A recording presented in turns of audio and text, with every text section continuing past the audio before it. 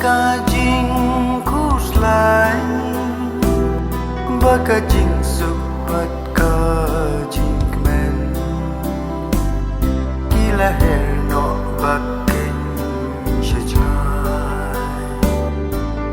jing em satang jing benyau kamen sim kasnau kuslai dan syuki bagen mau Mika cintian mensimpan aku jinglong teman balai shisha pawan lakun kijing kermen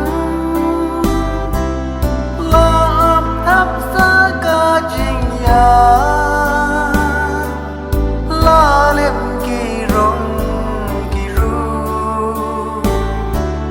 kum sen tiu ba la jlo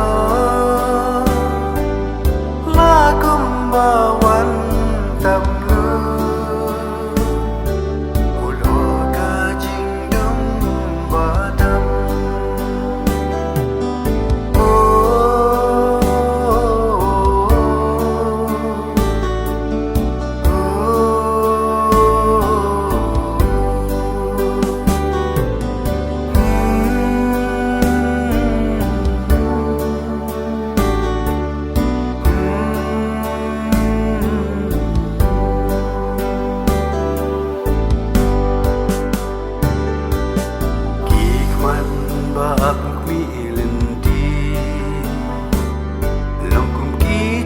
pos niu har ngai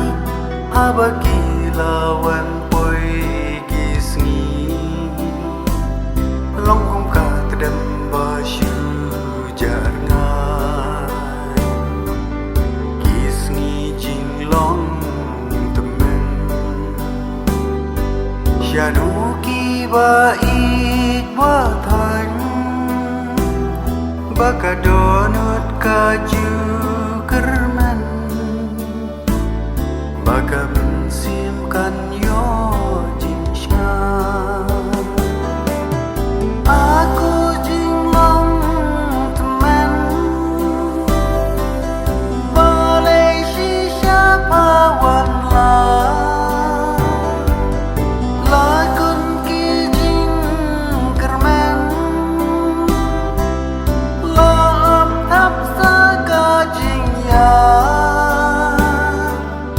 la lem ki rong ki ru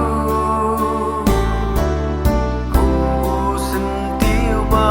la jlo la kum ba wan tam lu ulo ka jing dum ba tam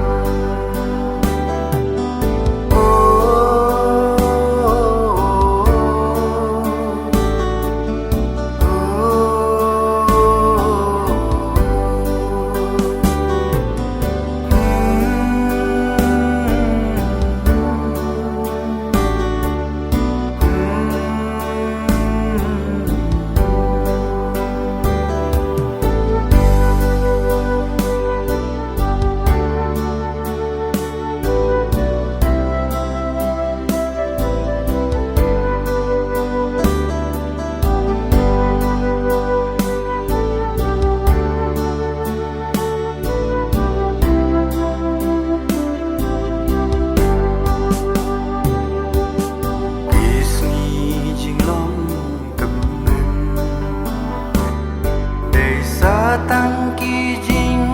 duai